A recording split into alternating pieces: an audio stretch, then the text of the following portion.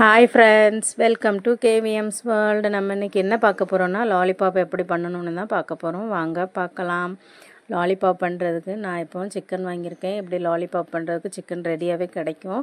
அதை கொஞ்சம் நம்ம நல்லா கழுவி எடுக்கணும். அதுக்கு நல்லா 1 ஸ்பூன் மஞ்சத்தூள் போட்டிருக்கேன். போட்டு நல்லா தண்ணி ஊற்றி நம்ம கொஞ்சம் இதை நல்லாவே தான் கழுவணும். அதனால் கொஞ்சம் நல்லா கழுவி 2-3 தண்ணியில் கழுவி எடுத்துட்டு அதுக்கு பிறகு நம்ம இதுக்கு மசாலா போட்டு நம்ம இதை பொரிக்கணும். இப்போ நான் கழுவி எடுத்துகிட்டு வரேன். கழுவி எடுத்துட்டேன். இதுக்கு 2 ஸ்பூன் இஞ்சி பூண்டு பேஸ்ட்டு போட்டிருக்கேன். அதுக்கப்புறம் ஒரு 1/2 ஸ்பூன் மஞ்சத்தூள் போடணும். 1/2 ஸ்பூன் மஞ்சத்தூள் போட்டுட்டு ஒரு 2 ஸ்பூன் வத்தல் தூள் போடணும். 2 ஸ்பூன் வத்தல் தூள் போட்டுட்டு ஒரு ஸ்பூன் இதுக்கு உப்பு போடணும். உப்பு எல்லாம் போட்டுட்டு அதுக்கப்புறம் நம்ம இதுக்கு கொஞ்சம் அந்த மாவு மிக்ஸ் பண்ணணும். அதுக்கு 2 ஸ்பூன் மைதா, 1 ஸ்பூன் அரிசி மாவு, ஒரு 2 ஸ்பூன் கார்ன்ஃப்ளவர் மாவு, கொஞ்சம் ஃபுட் கலர் இவ்வளவும் போட்டு இதை கொஞ்சம் நல்லா மிக்ஸ் பண்ணணும். இது கொஞ்சம் லேசாக வேணால் தண்ணி தெளித்து, ரொம்ப இல்லை லேசாக தண்ணி தெளித்து இந்த அளவுக்கு மிக்ஸ் பண்ணி வச்சுக்கிடணும்.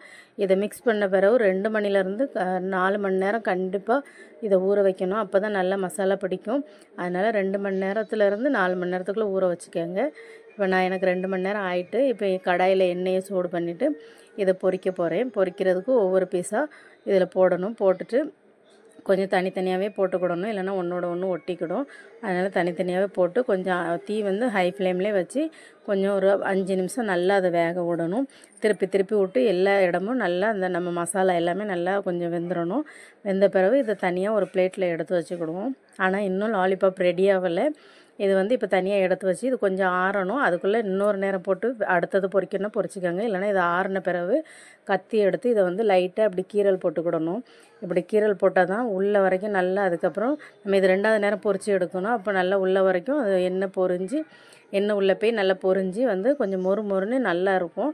அப்போ நம்ம ஹோட்டலில் கிடைக்கிற மாதிரியே இருக்கும். அதுக்கு தான் இப்போ 2வது நேரம் நான் அதே மாதிரி இப்போ எண்ணெயில் இது எண்ணெய் நல்லா ஃபுல் ஹை ஃப்ளேமில் வச்சு பொரிச்சு எடுக்கணும். அப்போ தான் நல்லா மொறு மொறுன்னு வரும். ட்ரை பண்ணி பாருங்கள், ரொம்ப ஈஸி தான். இப்போ நம்ம லாலிபாப் எப்படி பண்ணணும் பார்த்தோம், நல்லாயிருக்கும். இந்த வீடியோ பிடிச்சா லைக் பண்ணுங்கள், ஷேர் பண்ணுங்கள், கமெண்ட் பண்ணுங்கள், என் சேனலை சப்ஸ்கிரைப் பண்ணுங்கள்.